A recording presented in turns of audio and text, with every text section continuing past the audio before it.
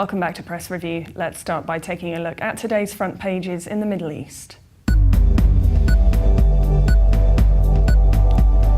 Starting with the Jerusalem Post, which reports that 3 soldiers have been killed and 27 wounded, bringing the Israeli military death toll to 56. The Israeli Defense Force also destroyed 5 tunnel shafts in Gaza.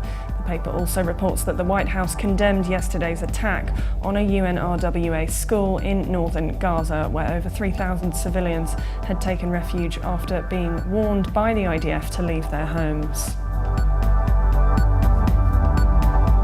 The UAE's Khalij Times reports on the landslide in India, saying 30 people were confirmed dead and 8 pulled alive from the mud and debris in Maharashtra state.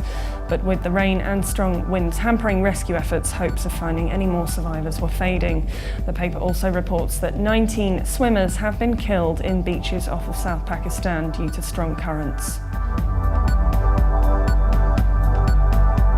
The Gulf News from Bahrain reports on a landslide in India that reportedly killed over 150 people. Torrential rains triggered the mudslide in the village in western India.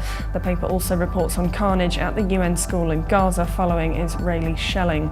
The paper says the UN told the Israeli military 17 times that the school was sheltering Palestinians who had fled the danger of the coastal strip. UN Secretary Ban Ki-moon condemned the strike as unjustifiable.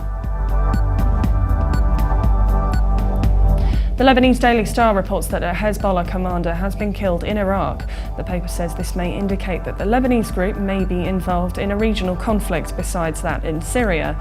The paper also reports that heavy shelling and clashes have resumed in Tripoli, Libya, killing around 200 people since they erupted 2 weeks ago in the capital and in Benghazi. A coalition of Islamist and former rebels has overrun a major army base in the city. Now let's take a look at the top Middle East stories in UK papers. The Guardian features an article in its Middle East section saying producer and musician Brian Eno has penned an open letter addressing the current crisis in Gaza. He heavily criticises the US government's backing of Israel and asks the question, why does America continue its blind support of this one-sided exercise in ethnic cleansing? Eno joins the likes of Penelope Cruz and Javier Bardem, as well as other high-profile Spanish film personalities, including director Pedro Almodovar, in condemning the recent Israeli attacks in Gaza.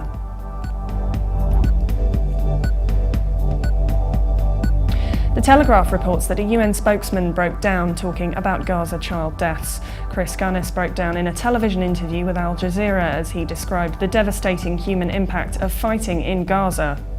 The article says the clip offers a painful insight into the emotional toll among aid workers, and in particular that of a UN agency trying to protect Palestinians in schools designated as shelters which are still being hit by missiles.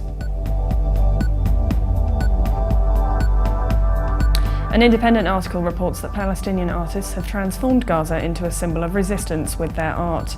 Peace signs, clenched fists, and parents playing with their children have been used. Now let's take a look at the top Middle East news in international papers. Prime Minister Benjamin Netanyahu has said the Israeli army will continue its work to destroy Hamas tunnels under the Gaza-Israel border, regardless of a ceasefire. The Israeli army has also called up more reservists.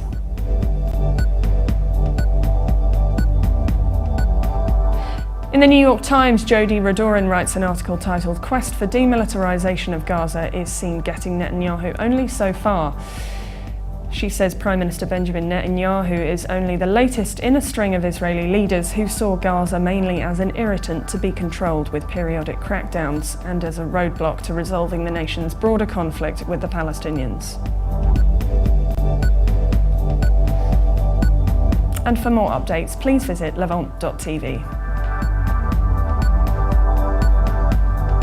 Thanks for watching. Be sure to join us again tomorrow. Bye for now.